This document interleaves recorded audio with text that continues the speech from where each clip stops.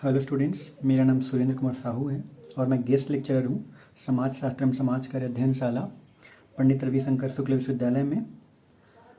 मैं साथ ही PhD scholar भी हूँ डॉक्टर प्रीति मिश्रा मैडम के अंडर में, जो कि प्रोफेसर एंड हेड हैं समाज शास्त्र विभाग गवर्नमेंट छत्तीसगढ़ कॉलेज रायपुर में। आज हम लोग अध्ययन करने वाले हैं मेजर ऑफ डिस्पर्सन, जिसके अंतर्गत हम लोग रेंज क्या होता है, इसका कैलकुलेशन कैसे करते हैं, इसको समझने का प्रयत्न करेंगे। तो हम लोग देखते हैं कि मेजर ऑफ डिस्पर्सन, जिसको हिंदी में परिक्षेपण की माप भी कहा जाता है, इसके अंतर्गत मुख्य रूप से फैलाव को हम लोग जानने का प्रयत्न करते हैं। जो डाटा होता है उसके अंतर्गत, अर्थात डाटा में जो फैलाव होता है उसको एस्टिमेट करने का सबसे अच्छा मेथड होता है मेजर ऑफ डिस्पर्सन। अब हम लोग देखते हैं कि मेजर ऑफ डिस्पर्सन का कैलकुलेशन किस किस तरह से किया जाता है। तो इसको हम लोग मुख्य रूप से दो तरीके से कैलकुलेट करते हैं। एक होता है एब्सोल्यूट कैलकुलेशन, जिसको हम लोग निरपेक्ष करते हैं, जिसके अंतर्गत जिसकी जो यूनिट होती है उसको उसी में एक्सप्रेस करते हैं, जिसे हम लोग निरपेक्ष विधि कहते हैं। और रिलेटिव मेजर के अंतर्गत अर्थात सापेक्ष होता है। सापेक्ष मतलब किसी दूसरे के से तुलना करना, अर्थात जब डाटा का कंपैरिजन करना होता है तब रिलेटिव मेजर ऑफ डिस्पर्सन का प्रयोग किया जाता है।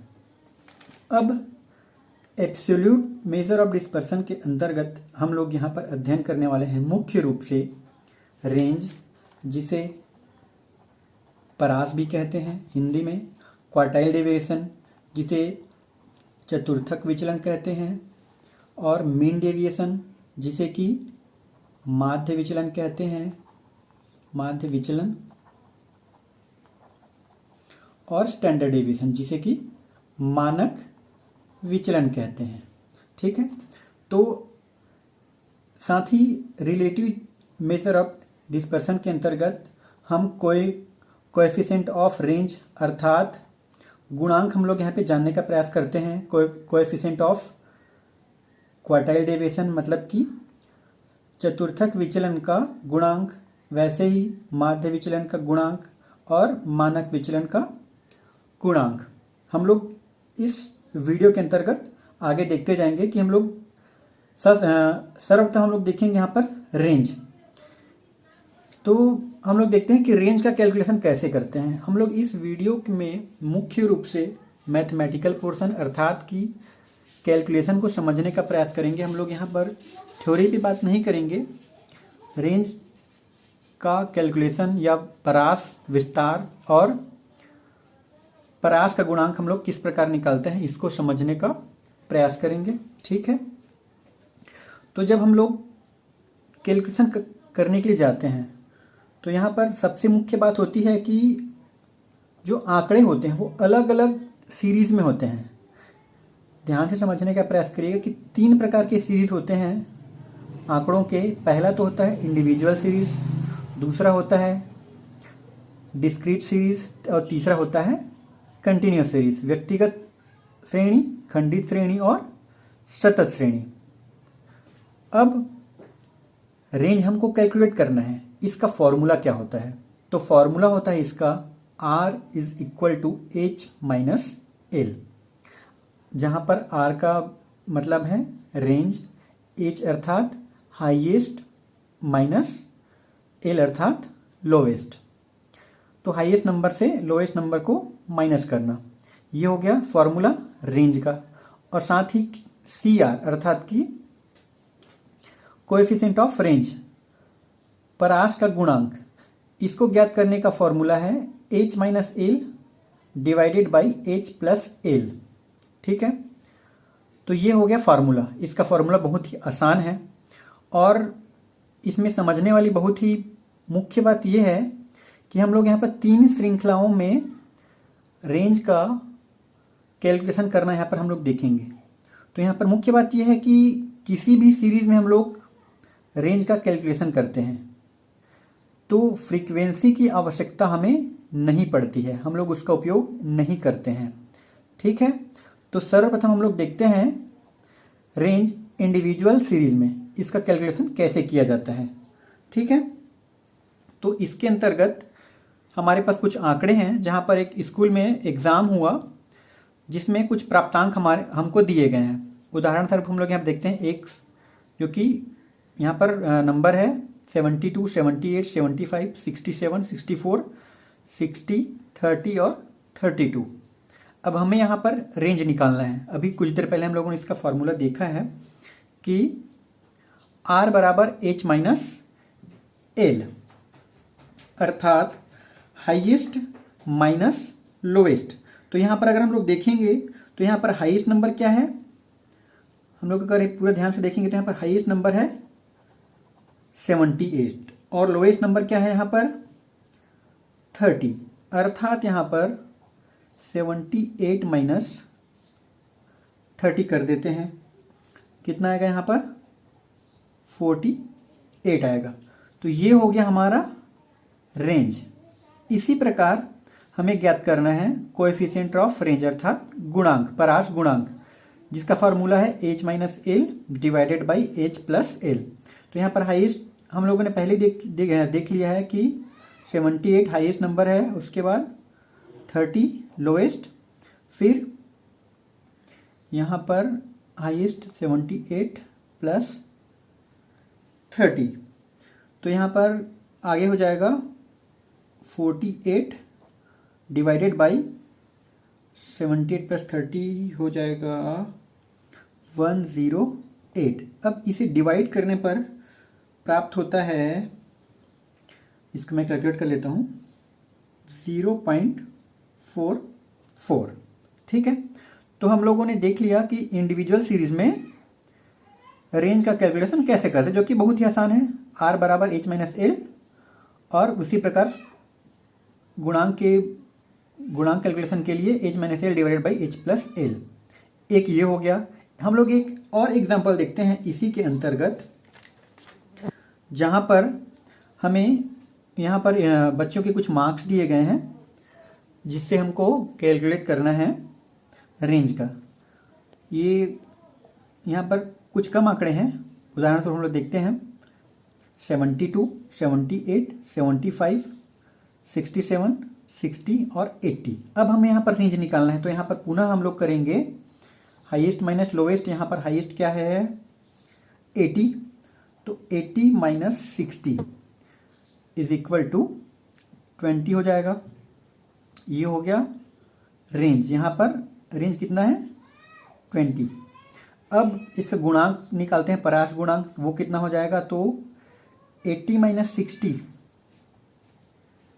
डिवाइडेड बाय 80 प्लस 60 बराबर 20 बटा 8 6 14 और ये 140 बराबर 0 0 कट के 2 एकम 2 2 सत्ते 14। तो यहाँ पर 1/7, अर्थात यहाँ पर 0.70 ये आ गया हमें परास गुणांक।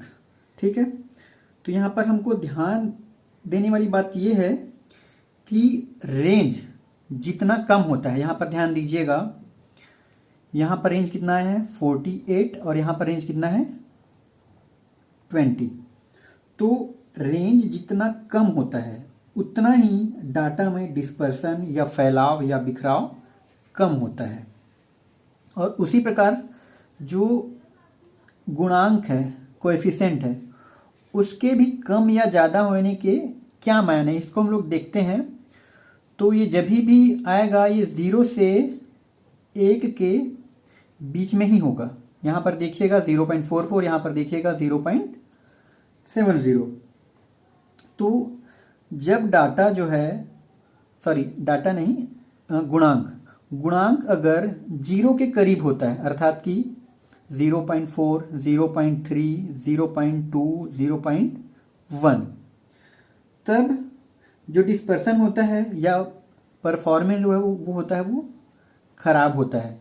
लेकिन जब गुणांक जो है वो 1 के करीब होता है, अर्थात 0.9, 0.8, 0.7, 0.6, इस प्रकार जब गुणांक आते हैं तो जो परफॉर्मेंस होता है वह अच्छा होता है। ठीक है, तो यहाँ पर हम लोगों ने देख लिया कि रेंज का कैलकुलेशन इंडिविजुअल सीरीज में किस प्रकार किया जाता है। अब हम लोग देखते हैं कि रेंज कैलकुलेशन डिस्क्रीट सीरीज अर्थात खंडित श्रेणी में किस प्रकार किया जाना है। तो यहाँ पर पुनः हम लोग एक एग्जांपल देखते हैं जहाँ पर कुछ बच्चों के मार्क्स दिए गए हैं और उनकी फ्रीक्वेंसी दी गई है। तो यहाँ पर हम लोग देखते हैं 5, 6, 7, 8, 9, 10 जो यहाँ पे आंकड़े दिए गए हैं जिनकी फ्रीक्वेंसी है 2, 4, 6, 4, 2, 1। अब हम पहले ही बात कर चुके हैं कि जब रेंज कैलकुलेट किया जाता है तो कभी भी फ्रीक्वेंसी का उपयोग नहीं किया जाता। तो यहाँ पर हमको सिंपली R बराबर H माइनस L अर्थात यहाँ पर देखिएगा हाईएस्ट नंबर है 10 माइनस लोएस्ट नंबर है 5 इज इक्वल टू 5। तो यहाँ पर रेंज आ गया 5 और परास गुणांक coefficient of range H minus L divided by H plus L। तो यहाँ पर 10 माइनस 5 10 प्लस 5 बराबर 5/15 अर्थात 5 एकम 5 5 तिया 15 तो 1/3 मतलब कि 0.3। तो यहाँ पर गुणांक है 0.3। बहुत ही सिंपल तरीके से हम लोगों ने कैलकुलेट किया डिस्क्रीट सीरीज में रेंज का कैलकुलेशन। ये दूसरा हो गया। अब हम लोग कंटिन्यूअस सीरीज में रेंज का कैलकुलेशन कैसे ज्ञात करते हैं इसको देखते हैं। तो कंटिन्यूअस सीरीज में हमारे पास आंकड़ों में एक क्लास इंटरवल होता है। जैसे कि यहाँ पर हम लोग उदाहरण स्वरूप देख रहे हैं 0 से 2, 2 से 4, 4 से 6, 6 से 8, 8 से 10। ठीक है, और यहाँ पर फ्रीक्वेंसी दी गई है 2, 4, 6, 4, 2। तो इसका कैलकुलेशन करने के लिए सर्वप्रथम हमें एम निकालना होगा और एम क्या है यहाँ पर मिड वैल्यू। मिड वैल्यू जिसको हिंदी में बोलते हैं मध्य मूल्य कि बीच का अंक या फिर बीच का मूल्य क्या होगा। तो इसका फॉर्मूला है lower limit plus upper limit divided by 2। तो यहाँ पर हम लोग देखेंगे क्लास इंटरवल प्रथम में 0 से 2। तो 0 पहले हम लोग निकाल के देखते हैं 0 प्लस 2 डिवाइडेड बाई 2 तो 2/2। तो यहाँ पर क्या आ जाएगा 1। तो यहाँ पर ये हो जाएगा 1। यहाँ पर 2 प्लस 4 मतलब कि 6/2 तो ये हो जाएगा 3। यहाँ पर 4, 6, 10/2 अर्थात 5। वैसे ही 8, 6, 14/2 तो 7 और 8, 10, 18/2 मतलब कि 9। तो ये हमारे पास निकल गया मिड वैल्यू। अब हम कैलकुलेशन जो करेंगे रेंज का जो फॉर्मूला लगाएंगे वो किस में लगाएंगे इसी मिड वैल्यू में। तो फॉर्मूला सिंपल सा है H माइनस L। तो यहाँ पर हाईएस्ट नंबर क्या है हाईएस्ट वैल्यू 9 और लोवेस्ट वैल्यू क्या है 1। तो यहाँ पर 9 माइनस 1 बराबर 8। तो यहाँ पर रेंज क्या हो गया 8। और उसी प्रकार यहाँ पर 9 माइनस 1 9 प्लस 1 बराबर 8/10 बराबर 0.8। यहाँ पर कोएफिशिएंट ऑफ रेंज हो गया अर्थात परास गुणांक हो गया 0.8। बहुत ही सिंपल तरीका है इसका। इसमें मेन चीज होता है मिड वैल्यू ज्ञात करना और मिड वैल्यू जैसे ही हमको मिलता है तुरंत हम लोग रेंज का फॉर्मूला लगा देते हैं। उसी प्रकार कोएफिशिएंट का भी हम लोग फॉर्मूला लगाते हैं और हमारे पास रेंज और कोएफिशिएंट हमको मिल जाता है। ठीक है, तो ये बहुत ही आसान लगा होगा आप लोगों को और समझ पाए होंगे कि जो रेंज का कैलकुलेशन कैसे करना है। ठीक है, तो अब इसके नेक्स्ट वीडियो में हम लोग देखेंगे, क्वार्टाइल डेविएशन के बारे में हम लोग समझने का प्रयास करेंगे। Thank you.